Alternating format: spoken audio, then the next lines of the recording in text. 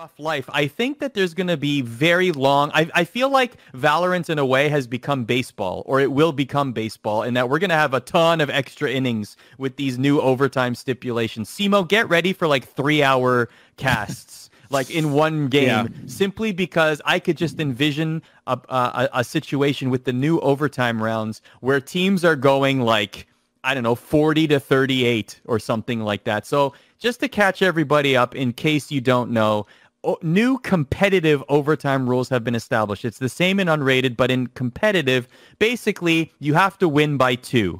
After every 2 rounds, if the teams are still tied or it's up by, still tied, then there's a vote system. You can read it on your screen there.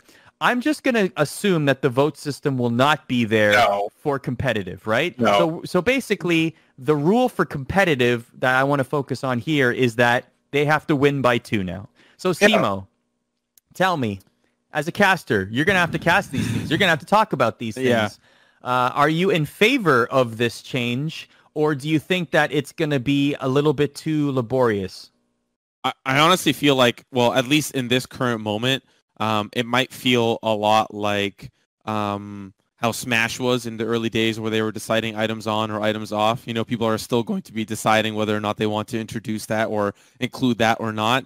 I am casting a tournament in this upcoming weekend that starts on Friday, the Pulse Invitational, and the way that they've decided to go about it is they are doing no overtime ruling in group stage and then overtime ruling in the playoff stage. So we might see certain adaptations like that because at the end of the day, a best of one doesn't really matter as much as a playoff game. So maybe those overtime rules don't really matter.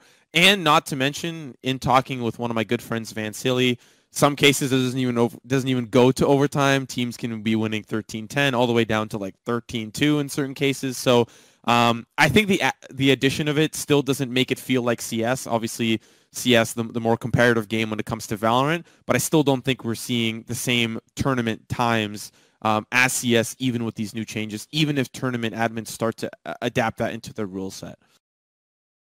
Great change. I like it. You now have to win on attack and defense. Basically, if you win attack and defense, you win the game. So it's great. I actually really like it. Right. You should mention you switch every round, right? So it's essentially it's like college football, right? Where you're both on the opposing team's 25-yard line, and whoever stops the other team. So you don't have the favor of being defending team on split where it's 12-12. And you just are, second half on defense. Now you just have a huge chance, full buyout. So you now have to win attack and you have to defense. And I feel like that's good. I think this is a huge change. It's really good for competitive. I don't think we're going to get, we will get a 38 or something crazy like that. But I do think that it's going to be really fun to watch. I like that, especially with, how Valorant maps are, where most of them are, decided. Now that this forces teams to actually win an attack side, and I think we're going to get a lot of really close, exciting matches. And I know we're talking about, oh no, these matches might go on forever, but that's really exciting. It will be exciting to see like a 24 match. If it's rare. If it's rare. Maybe not if it's guys. The normal. Maybe for you guys. Not casting it. It won't. I mean, but we have to think of that. Simo's not paid by the minute. Yeah. But we have to think about how many overtime matches have we really had in these top tournaments so far. I know 100 Thieves had a few of them, but for the most part, we only see maybe 2 or 3 a tournament.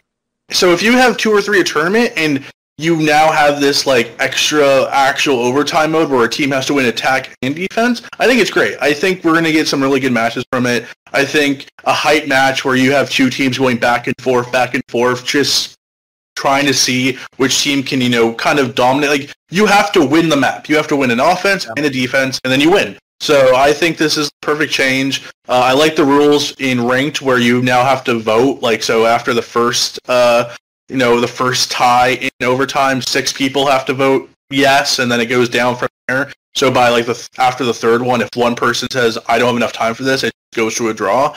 I just think it's a really great move by Valorant. Really impressed by this. I'm excited to see this in action. It's a different flavor of kind of what you still get in competitive Counter-Strike, in the sense that the same rules apply in the fact that you have to win on both sides in an overtime in Counter-Strike to be able to close out the game. This is just a different way of doing that, and I'm all for it, right? Like, the best teams need to be able to show that they're flexible. We definitely have seen some teams in Counter-Strike, and very early now with the limited amount of data we have in Valorant, that, like, there are teams who are only good on one side of the map, right? Like, that happens, and then they just get steamrolled, right? Like, on the other one. So, teams, the best teams, to be one of the best teams, in my opinion, in Valorant, you need to be able to be good on both and have good strategies on both ends of the map, and being able to really sort of push your advantage and win out both sides. Like this, I like how that works in Counter-Strike. I like this change too, because I think that it's going to make the better team win, because that's what makes a better team, is being flexible on both sides. I also want to think that teams now might be holding cheat strategies. Like, let's say if you're a team like T1, TSM, Immortals, you can now go into the lab and be like, hey, if we go overtime, let's think of a certain strategy we can pull out on Ascendant, or attack on split. Or now these teams can have these very specific strategies that they can throw out in these overtime rounds, where it's like we just need one attack round, one defense. So I think we're going to see some more variety and some kind of experimentation in overtime. From exciting. I'm all for this. It's a great change. Let's